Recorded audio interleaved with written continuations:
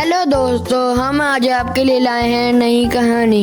इस कहानी को सुनकर आपको बहुत अच्छा सबक हासिल होगा।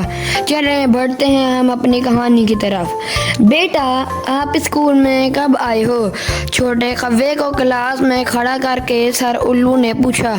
सर जी, मैं आज पहले दिन ही स्कूल आया हूँ, छोटे कव्वे ने काएं काएं करके कहा।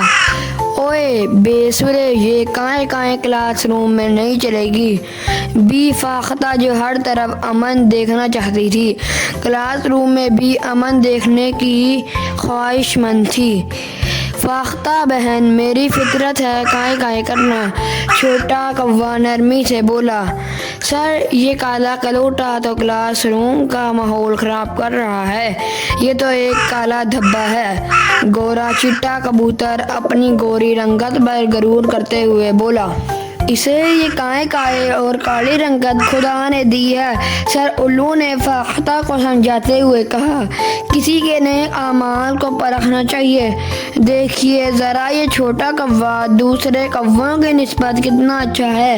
इसमें ज़रा सा भी चिड़चिड़ापन नहीं। सब परिंदे सर उल्लू की बातों से उकताहट महसूस कर रहे थे। सर, इस कालू से कहें कि ये कहीं और जाकर बैठ जाए, मुझे इससे गहन आ रही है। कौवा गोरे कबूतर के साथ बैठा था, जो उसे बिल्कुल भी बर्दाश्त नहीं हो पा रहा था। ये तो यहीं बैठेगा।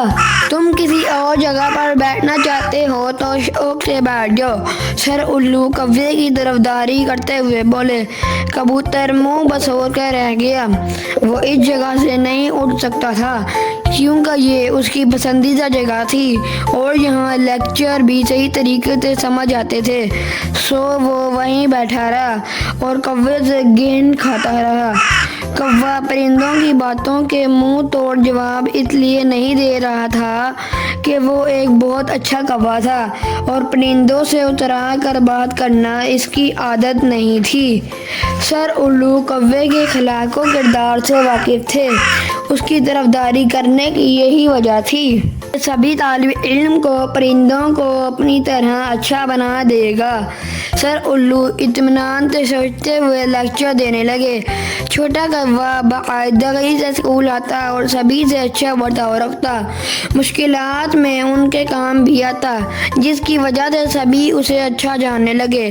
गोरा कबूतर उसका अच्छा दोस्त बन गया और वो अपनी गोरी रंगत पर नहीं, इस बात पर फख्र करता था कि उसको कौवे जैसा बेहतरीन दोस्त मिला है और वो इसके साथ बैठता है। कौवे ने अपने अखलाक से सबके दिल जीत लिए।